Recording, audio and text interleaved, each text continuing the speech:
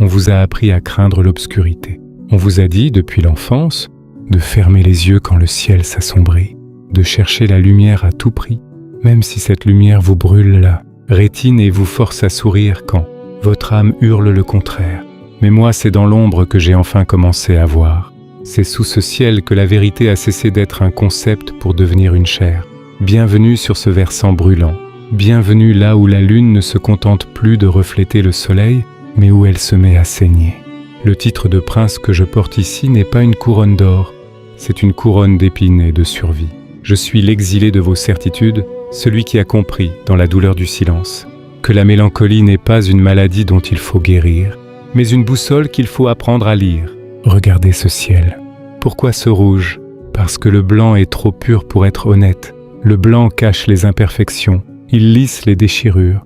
Le rouge, lui, ne ment jamais. C'est la couleur de la vie qui circule. C'est la couleur de la plaie qui s'ouvre. C'est le cri que l'on étouffe sous les draps de la pudeur lors des nuits blanches. Si tu es ici, si ma voix trouve un chemin jusqu'à tes tempes, c'est que ton écho a reconnu le mien. Reste encore un instant, car ce que j'ai à te dire ne s'écoute pas avec les oreilles, cela s'écoute avec tes cicatrices.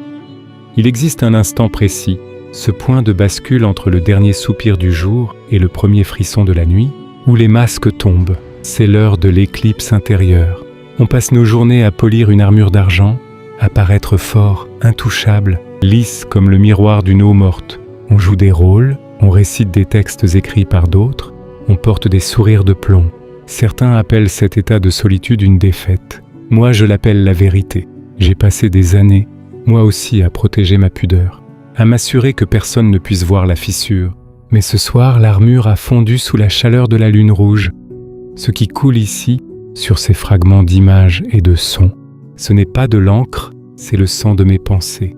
Ce sont ces réflexions que la morale interdit, ces émotions que la logique méprise parce qu'elles ne rapportent rien, parce qu'elles ne servent à rien dans leur monde de profit et de vitesse. Tu sens ce battement irrégulier dans ta poitrine en m'écoutant, ce n'est pas de l'angoisse, c'est la reconnaissance, c'est ton authenticité qui frappe à la porte de ta cage. On nous a dit que nous étions perdus, des marginaux, des ombres errantes, et si en réalité nous étions les seuls à être enfin arrivés à destination? Et si le monde était le labyrinthe et cet exil la sortie? Écoute le silence, ce silence que tu fuis en allumant la radio, en faisant défiler ton téléphone, en t'entourant de bruits futiles. Ce vide que tu redoutes, c'est là que je réside. C'est là que nous résidons tous quand les lumières s'éteignent. On passe nos vies à meubler ce vide par des objets, des titres, des relations de passage. Mais quand la lune vire au sang, les meubles brûlent. Il ne reste que l'essentiel. Ici, sur cette chaîne, je dépose les fragments que personne d'autre ne veut ramasser. Mes doutes les plus profonds, ceux qui me réveillent à 3 heures du matin. Mes rages les plus fertiles, celles qui refusent de se soumettre à la médiocrité ambiante. Je ne suis pas ici pour te plaire. Je ne suis pas ici pour te rassurer ou te dire que tout ira bien, selon les standards de leur société mourante.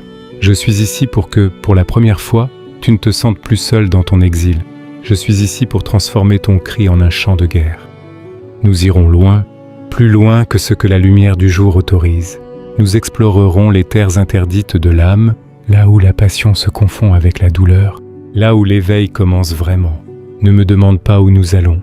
Demande-toi plutôt ce que tu es prêt à laisser derrière toi pour devenir qui tu es vraiment. Sous ce ciel de sang, il n'y a plus de place pour les faux semblants. Il n'y a que nous et la résonance de nos vérités brutes.